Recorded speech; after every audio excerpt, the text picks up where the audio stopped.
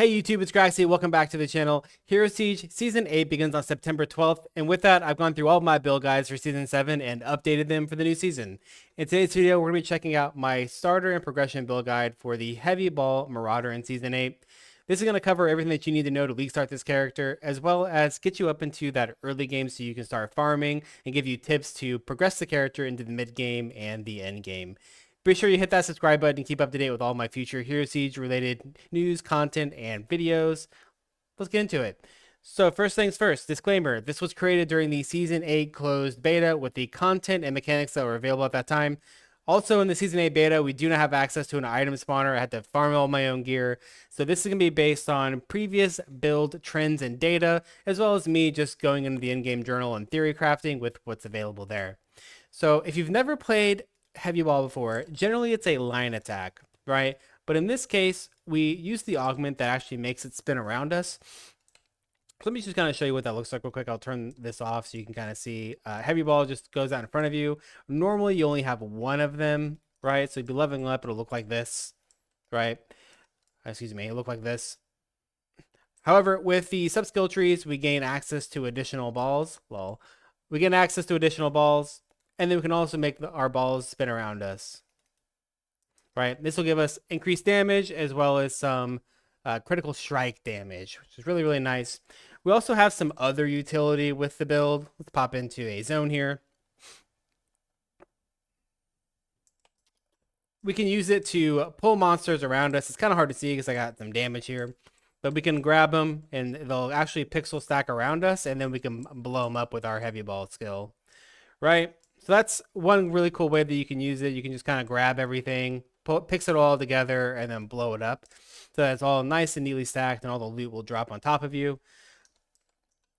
Another really cool thing about the build is you have immortality, right? You get immortality from madness control. It's one of the very few places in the game that you can be completely invincible.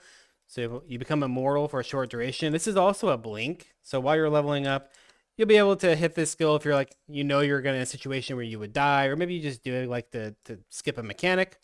You can hit that, you get this little halo over your head, and during that time period, you are immortal. You cannot die. So really good if you're in hardcore, or you just like, that you're going to die from something, you can just skip the whole mechanic. Another really nice thing with the Marauders, we get Ready RES Net. This will allow us to pixel stack a bunch of stuff together, right? This is generally what you would use on that skill tree, and this just throws a net, and anything around this will all get pulled together so that you can then just Heavy Ball everything down. Also, when you should get a bunch of attack speed and all the extra balls and AoE and everything, I mean... So yeah, that is the Heavy Ball Marauder. Let's take a look at some changes for it and see what maybe has a little bit different for it in Season 8. The main difference you're going to see is while you're leveling up and just rare items in general, rare and mythics, your weapons are going to have way more enhanced damage, which is ultimately going to give them way more attack damage to make the build feel a lot better to play and to level with. For this build guide, I do have you playing Heavy Ball the entire time. I think if you want to go the other route, you can play Bouncing Grenade. It's a fire ability. You can roll that for a little bit until you get to level 40. I actually leveled as Heavy Ball the whole time. It wasn't that bad. The additional enhanced damage on the weapons, you really feel it. You really, really do feel it. It's a little slow at the very start. You get additional balls, and it really picks up. And then obviously you get the augment. You get the augment on this thing, and you absolutely blast with it. So ultimately, I think the Heavy Ball Marauder at the very beginning is going to feel maybe a little bit slower than it did before because of the increased life scaling and the increased difficulty scaling of the hell difficulties. But once you get some of these new and reworked items on it, Heavy Ball Marauder is going to be better than it's ever been. It's going to absolutely blast. So let's talk about some pros and cons here. Very consistent damage progression. It's a one-button build, really. I mean, you can play multiple buttons if you want, but really you're just holding right-click, balls are spinning around you, and you're killing everything. You have built-in procs. You have built-in like burning, which is really, really nice. You have the ability to pull stuff and crowd control stuff. You have that blink skill that will let you have immortality. You get 25% crit chance and 165% crit damage literally for free. It is built into your sub skill tree. That's a shitload. I'm just going to put that out there. That's a lot. You also have life percent and physical damage reduction passives. So you can see, I'll pull this back up real quick to kind of show you those things. Here's where you're going to get your 120% crit strike damage. By the way, this also comes with just damage. It's 105% damage and 120% crit damage, and then you get your crit chance and additional crit damage in this passive, as well as on your passive you have percent life and physical damage reduction. That's on a passive. So as you get more plus skills, you're gonna increase these as well. So overall, kind of crazy on the pros, right? However, the heavy roll Marauder can feel a bit slow to start. Before you get the additional balls, early game sluggish. We kind of talked about that. You also have no real built-in movement speed. Like you have the blink skill, but it's on a cooldown. So until later on, you're kind of slow, right? You're slow but sturdy. So level this character up. I do have all of the skill trees available in the written guide, right? From levels 1 all the way to 100. Again, we're just going to be playing heavy ball the whole time. I'll show you what that looks like. You can play the bouncing grenade fire variant and then switch into heavy ball later if you want to. I'm not going to have information on that. If you know how to play that, go for it. I actually don't like heavy or bouncing grenade. It annoys the hell out of me. So yeah, absolutely blast. And then of course our final level 100 tree will look like this. For sub-skill trees, you kind of heard me talking about that. If you're not familiar with sub-skill trees, these are just these plus signs at the top right of skills. Every 5 character levels, you will get 1 point in this tree, so you can start using it as early as level 5. You'll want to put points in this as you're leveling up to give you more damage and more utility, whatever it may be. You get your first big node at level 40, or your augment, and that's really when the build starts taking off. But in here, I have all of these sub-skill trees for all the skills that we're going to be using. For heavy ball, there's 2 of them, right? There's a situation where you need crit chance right at the very beginning of the game, or once you get into early hell, you don't have 100%, or excuse me, you don't have 75% crit chance. You need a way to be able to get more crit chance. This will give you 25%. Later on, a lot of items will come with crit chance. You're not going to need these points anymore. You can move them somewhere else, right? So this is the one that I would recommend you go with. You can kind of play around with different ones. You can respec this tree anytime. So have fun, right?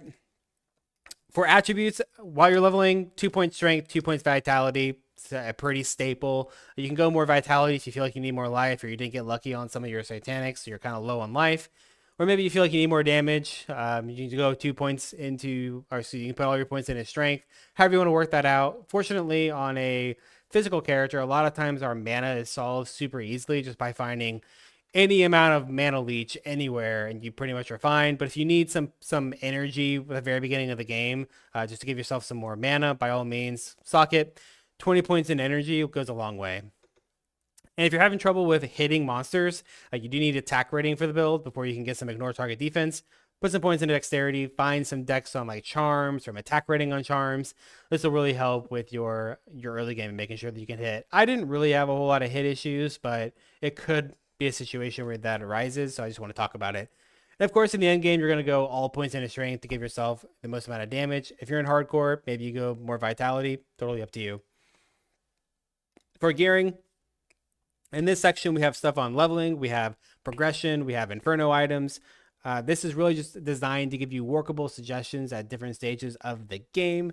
So you can see while we're leveling, we're mainly just looking for rares and mythic items that have affixes that will match the damage profile of our character. We're a physical based build. We care about fizz damage, all skills, enhanced damage, attack speed, your typical attack stuff. So I have those listed out. There are some different affixes that you can get, like people don't know that you can get movement speed on a chest, for example, or movement speed on a shield. So I talk about those things. So definitely take a look at these different affixes. If you're using one of my starter filters, that'd be more than enough. That'll help you get through the game. You can kind of play with the filter from there if you want to maybe add some different stuff for yourself, but that would be more than okay. Another important part of leveling is gems. There are gems that will give you physical skill damage. This isn't like a flat weapon damage. It's actual skill damage. This is a way that you can get additional damage on your character. So definitely be looking out for these diamonds while you're leveling up. Socket these around your character, give you that extra juice to be able to push through the game. Now, once we hit level 100, there's not really any best in slot gear at this point. There is set items. There is tons of different ways that you could build a character at level 100. And really all the suggestions that I have in here, you could put any combination of these together. And for the most part, it's going to work. It really just kind of depends on a lot of different stats for your character. There's a lot of different ways that you can scale a build. I will have a damage formula in this, so you can definitely check that out if you're interested in actually how to scale your damage and all the different mechanics. There's deadly blow, there's crushing blow, there's crit damage, all those sorts of things. And of course, you can also find information on all of this stuff in game. The UI here has been kind of reworked a little bit. Excuse me, this is the UI has been reworked, so you can hover over any of these stats here, and they will tell you what they do. So deadly blow, you can learn that it's going to increase your physical damage. Very important. So by all means, hover over these things and figure out, what are some different ways that you can use to scale your damage. And that will help determine some different weapon options or different item options that you have in that early game. But really, our main goal right here is just to get through Hell 1, kill Mevius, unlock Satanic Zones, so that you can start farming and getting heroics to push your character even farther. Again, don't forget about the weapons, right? You do have more enhanced damage on S tier mythics and S tier rares. This can give you a shitload of attack damage and can be arguably better than a lot of these satanic and set options. As well as there's star leveling, right? If you remember star leveling from back in season 5, that has made a return back into the game. If you don't know about star leveling, go check out this video. It'll be in all my written guides. Learn about it. Very important that you know how star leveling works. It's also very important for fizz builds because all of your damage is scaled off of your weapon, and if you can get more damage on your weapon right from star leveling, then that's just more damage, right? Easy.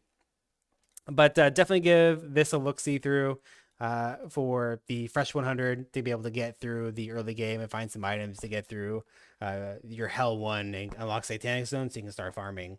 Now, for progression gear, the game's changed a lot, right? The difficulty scaling of the game is much greater than it's ever been. So you're going to have to farm a bit more. You're going to need a bit more oomph to get through the campaign and to get into Hell 5 or Inferno to start farming or to farm in those zones. So a really big change in Season 8 is the rework to target farming. Basically, say you were to drop a satanic, or excuse me, an SS item, and you had 10 rolls on SS items. 40% of your rolls are going to go to whatever that chase zone item is. All of this stuff is in the journal. You can open up the journal. Say you're in King's Garden. The bias for that would be Harley Quinn Vale or Lucy's Day. So you know that if you had 10 rolls, 4 of those rolls are guaranteed to go towards a Lucy Day, right?